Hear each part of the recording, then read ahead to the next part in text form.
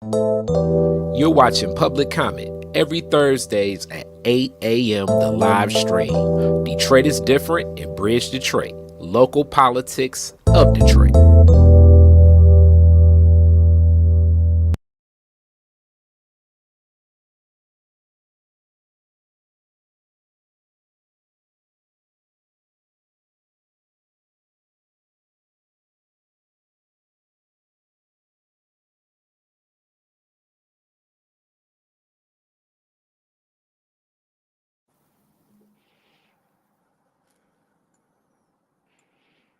All right, all right. Welcome back to Public Comment. And we have definitely so much more in store this week. It seems like last week's topic is really hot on the hearts and minds of so many people as the University of Chicago released a study revealing in the study that taxes are still being overassessed for some of the lowest value properties in the city of Detroit, grossly overassessed from something recently. And we definitely want to honor that as that is what's being spoke about a whole lot. But the other thing we really want to open up is today's episode is talking about the budget hearings that Bridge Detroit, Outlier Media, and it was another Detroiters Detroit for documenters, the intrepid Detroit documenters. okay, the intrepid Detroit documenters all came together to go to all 46 hearings that go through the fiscal budget for the city of Detroit every year. I'm Khary Frazier of Detroit is Different, and y'all just heard and seen the good brother Malachi Barrett. Malachi, how are you today? I'm doing great. Hey, if you are interested in how that conversation over assessments is going, you want to read more about the study, you want to see these resolutions that City Council passed, and why the city says that there's not really much that can be done about over assessed homes right now, since we missed a crucial deadline for the board review. Go to bridgedetroit.com, read the notebook. It's a free newsletter you can sign up for. It will drop in your inbox every Wednesday morning and give you all the deets. Definitely, definitely. And we're going to cover this more on Public Comment after we read through collectively, meaning me as well. I want to read that Chicago study. I want to find out a little bit more about it. We also want to get a couple different actors. We want to get some people from the city. We want to get some people from the streets too. So we really want to expand this because that's been such a big issue. We don't want to just go straight to it. And the other big issue that's always been a big issue is the fiscal budget. The fiscal budget and that relationship between our executive office of the Mayor Duggan and our city council, the chambers that have in control the purse strings. 46 different hearings will all cover. Malachi was one of the people covering them. I have some different things that are highlighted that I want to bring up, but you can go on Bridge Detroit today and you can look at this. So you can get like something very consolidated information drop downs of some things to think about, some things to hear, and you actually got access to what was happening in the hearing. Malachi, you were definitely on the beat of covering this. What was happening with this? What was this collaboration? What do you feel will come from this? Yeah, so this is really unique. I mean, these budget hearings happen every year. It's really a good opportunity to learn more about what city departments are doing, how they're spending their money, how they're planning for the year ahead, what they kind of prioritize, how they're spending your money too. Like, let's be real clear about this. This is taxpayer funds in the vast majority of cases, right? And it's just a lot. Like, these are hours of hearings a day. All week long for basically a month straight.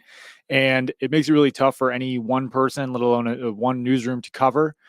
Shout out to Kaylee Licklider. She actually did cover like all of these by herself last year, which is just an insane effort, which shows how hard working she is. But we decided, let's throw some collective weight behind this. We got together with other nonprofit newsrooms in Detroit, Outlier Media, and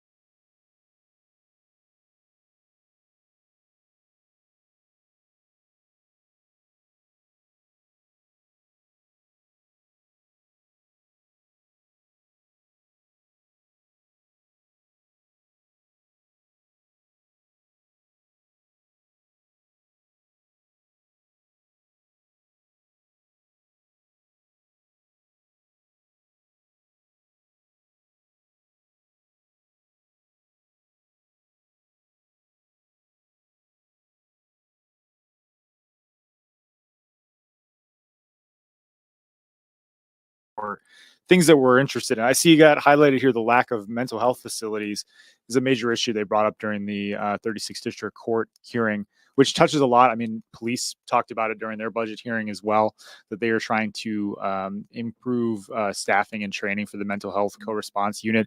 But actually, like, facility space has been a problem, and you can see where it impacts the court. You need a competency exam in felony cases, and the defendant will sit in jail for sometimes half a year, basically waiting to see a doctor to find out whether they're competent to stand trial, which is kind of crazy. And I definitely want to highlight this. Critical repairs needed also to this, but like that mental health facilities is high. As we know, the relationship between mental health facilities and crime, quote unquote, those labeled as criminals in our justice system, what has existed, I would say, most of my life, going back in time to Governor Engler closing so many mental health facilities throughout the state of Michigan when I was a child, and then even before that. So this is definitely one of those things, a part of the red wave. And in that red wave, Republicans, those Republicans, it was a direct correlation to a lot of people experiencing homelessness, to our legal systems. And then if any of you all ever want to go to 36th District Court and look at some of this, just sit and observe, like, or Frank Murphy Hall of Justice, some of the relationship between mental health and what's happening in these court systems and who's dealing with it. It's a tight correlation. So the more resources can be allocated there, I do think this will be substantial. Another thing is, we also see that there will be some restorative justice clinics that will begin in April and also June and then also August. So that's something that's happening through 36th District Court. Let me point out too, traffic court revenue there decreased by about $5 million because of a reduction in the number of traffic violation tickets, which is interesting to me because it has come up like so much during council conversations on highway cameras and police patrols and things like that, that people are like, they want to see more enforcement of speeding and different traffic violations. So I don't really have an explanation. That's interesting to me that they expect to issue fewer tickets this year for some reason. So another thing I wanted to bring up was the Board of Ethics, and more so the key things about this Board of Ethics is, the Board of Ethics has 2 vacancies, one seat by the mayor, one by city council, and also just the proposed budget, $557,960. When we think about things like what's happening in reference to so much of the oversight of in our city, even like how we led to tax assessment. I don't know what relationship between that Board of Ethics and what could happen there, but then we think of 4 full-time employees and 7 board members. If 2 are missing, that's a lot of load to bear. You know what I'm saying? Yeah. Board of Ethics really deals with like conflicts of interest. So if you are handing out favors or you're approving projects that have some kind of benefit for you and your family, it's interesting. There's only 4 actual employees in the department, and then there's a board that's staffed with 7 members, and they're missing 2 right now. They one thing that kind of stood out to me, they implemented a new process for city employees to return gifts that they get, because again, you can't just like accept bribes or favors or things of monetary value if you work for the city. That becomes a slippery slope pretty quick, right? Yeah, and also when we think about like so many of the other things, and I knew ethics had something to do, and you just crystallized it way more for me, like almost everything to do depending upon these public-private partnerships, as Detroit has many public-private partnerships, what can exist there. Even, like I say, even the tax assessments, the amount of properties that are being sold. We definitely look at the development contracts and so many of the other relationships, public-private, that do exist that have expanded so much under this executive's tenure. Mayor Duggan has definitely been partner in business, and I'm not saying mayors before were not, but it's become so much of these bonds of pseudo quasi public private government entities. Yeah, well, I mean, this comes up a lot during the community benefits process because there are residents who are supposed to represent their neighborhood in negotiating with developers, and a lot of them are picked by the planning department, which really means the mayor's administration. And there is like a disclosure process. There's like a ethics training that they go through. I don't know actually if the Board of Ethics does Does that. that? I would assume, right? I mean, they're the people at the city that do that kind of thing. But that comes up a lot. Like, why are developers able to serve on these boards? Is there a conflict of interest there? It comes up a lot with like the DEGC and people that serve on these economic boards. Like you're saying, that a lot of them are kind of in the finance development world already. And there's kind of this revolving door of like, sometimes you sit on DEGC for a little bit, you go to Brownfield. So yeah, I think that's a really relevant one and one to watch. Another thing that Free Press did some great reporting last year about disclosure procedures. And, you have to actually put out a document that kind of lists your potential conflicts. And basically, they found that these requirements were being inconsistently followed. So the city is reviewing those procedures and making some updates based on their reporting. So I would point people in that direction too if you want to learn more about it. So Department of Elections, that was another one that people always are talking about here. And we think about first, it kind of shocked me that Janice Winfrey stated that she's embarrassed the voter turnout in February elections. I mean, to me, that suppressed voter turnout is directly correlating with, Detroit is an overwhelmingly Democratic city, and we have a sitting president that chose not to like be present really in this election here. You know what I'm saying? So Yeah. it's like, Yeah. what would you expect? And then you couple that also with the uncommitted vote, and it's like, And just the fact that really he was going to be the nominee either way. So I don't know, not to be like, let's not worry about turnout, because I think that's a huge issue, like why people are not voting, why voting yeah, access is a problem, right? But uh-huh, I do think part of the reason it was low is because you didn't really have much of a choice there on either side. We knew it was going to be Trump or Biden. I mean, Nikki Haley was on the ballot for Republicans, but 95% or something of Detroit votes Democrat. So yeah. that is part of it. I mean, it is interesting that she's used that phrase. I mean, she said she's embarrassed with turnout in the elections, and they're working on improving that. And there was also kind of an interesting back and forth where they talked about whose responsibility is it to boost turnout. The city council says they wanted like a strategic plan on improving turnout, and like participating in elections is really important. She said, and some of the people on her staff said, it's kind of more up to candidates themselves to inspire people to come to the ballot. It's up to kind of the media to get the message out there. It's their job at the Department of Elections to run a smooth election and give people access, but not so much like encourage people to come out and vote, which I thought was interesting. Yeah, Right? I've always thought it was. I thought a couple of things are interesting to Janice Winfrey's tenure. One, that she usually puts a lot of the billboards with her face up around the time when she's campaigning, which I always think, I don't know if this goes into what ethical question that kind of comes up about that. You know what I'm saying? That's one. And two, when it comes to getting people out to vote, I don't know how much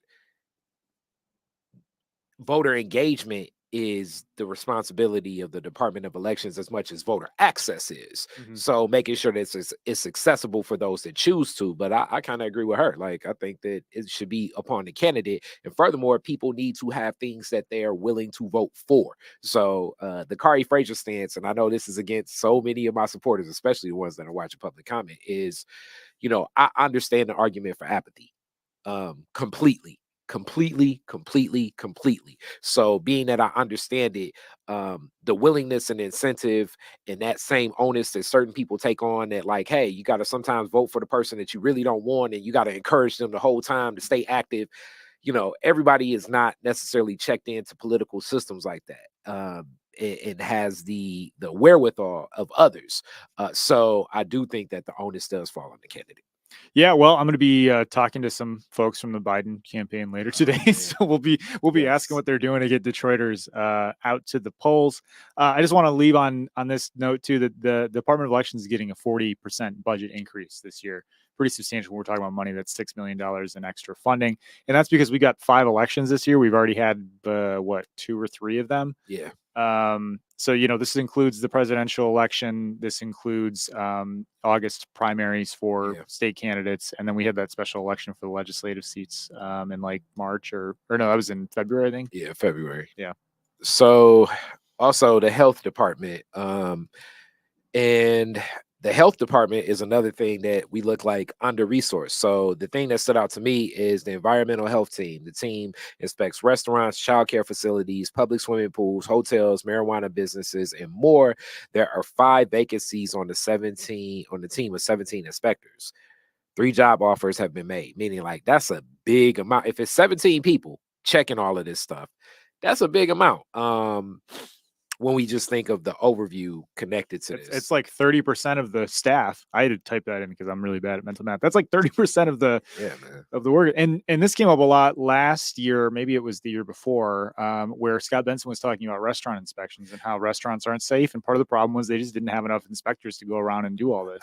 And I definitely was not necessarily the biggest gun-ho person for how Scott Benson wanted to put the banners up, and they use a couple of the classic Coney Islands, but my thought process is like, what is the restorative way for a lot of businesses? Because all I think about, that Black entrepreneurship hat is, man, you get that banner on your business and people will be like, oh, I ain't never shopping there again. Yeah, so like, what's the process of capacity and where this works? So that's a lot of like where that conversation hinged on. It was like people felt like the sign was going to be a scarlet letter and it was going to turn people off. Sure would. And it didn't address the root of the problem, which is that we don't have enough inspectors and the health standards are not being followed. And you kind of, putting up signs, it punishes people and maybe makes them think like, oh man, we really got to stay up to date. Otherwise the sign's going to kill us. But it doesn't really get at the root of the problem, at least in the minds of like critics of that policy.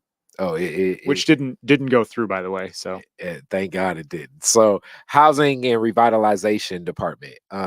We touched a little bit on this. I'm thinking that this is definitely where some of the repair funds are coming from. And I just saw a lot of ARPA spending goes into this.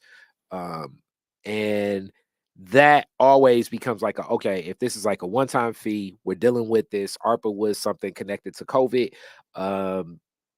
What's your take on this? What was the feedback from this discussion? Yeah, so I didn't watch this one. This was Aaron Mondry from Outlier who covered it. But ARPA money has definitely been fueling a lot of the work that HRD is doing, whether it's home repair programs or different grants. And this isn't HRD, but even a lot of the demo work is being funded with ARPA funding. I think it creates a big question of what's going to happen once this funding runs out, right? Mm-hmm. Especially for like home repair programs, which are really important. They're trying to get 1,500 home repairs done in 2024, but like even that is a drop in the bucket. I think, as we've talked about before, like the need for that is so much higher. So even with these additional funds that are going to run out, we're not really getting at the whole of the problem. So, and down payment assistance program is going to be restarted later this year. They're trying to fund it once ARPA money finds out. I mean, that's the story with a lot of these programs. It's like, it's helpful. It's helping a small group of people compared to the number that need it. And it's limited funding. They need to find ways to make it permanent. Sustainable. And also, when we really think about it, even 1,500 homes is ambitious based on the amount of money that's as there to use too. So it's not like it's just the 1,500 homes. It's like, it's ambitious for the 1,500 homes. Something else, we have human resources. The human resources department, definitely from general fund. And the thing that really stood out about this was 16 collective bargaining agreements to expire at the end of June. So like at the end of this fiscal year of the city. So I'm unsure if that's a lot or a little, but to me, that is a good amount of negotiations that I'd imagine have already begun. When we think about the strides that we're just taking, I mean, this is for sure a union town, a blue collar town, and people are definitely just looking at the UAW fight and saying, hell yeah, that's what we want. So what will this play out? I'm just bringing this up to light because in June, July, it's going to be some different discussions. Well, before then, where I don't know if all 16 will go through. Hopefully all 16 do go through. That's all I had to say. I don't know what you want to add. Yeah, I would just say that those negotiations are ongoing right now. And it is, I think that just like illustrates how many how strong unions are in Detroit, or how many unions are active at least. I mean, that's more than I would have guessed. I could not name 16 unions. So yeah, it'll be interesting to see if there's any brinksmanship there, if any of these groups feel like they're not getting the full amount that they want, and how those negotiations move forward. We just had some raises approved for DDOT earlier this year. Police union got some raises, so I would imagine a lot of folks are looking for some more money in this not great inflationary economy that we're living in. Well, that definitely. All right, the law department. The law department, I wanted to raise this up about the FOIA is because Bridge Detroit, I found this out at the Community Advisory Committee meeting for Bridge Detroit. We'll be doing a FOIA workshop, I believe, sometime this year.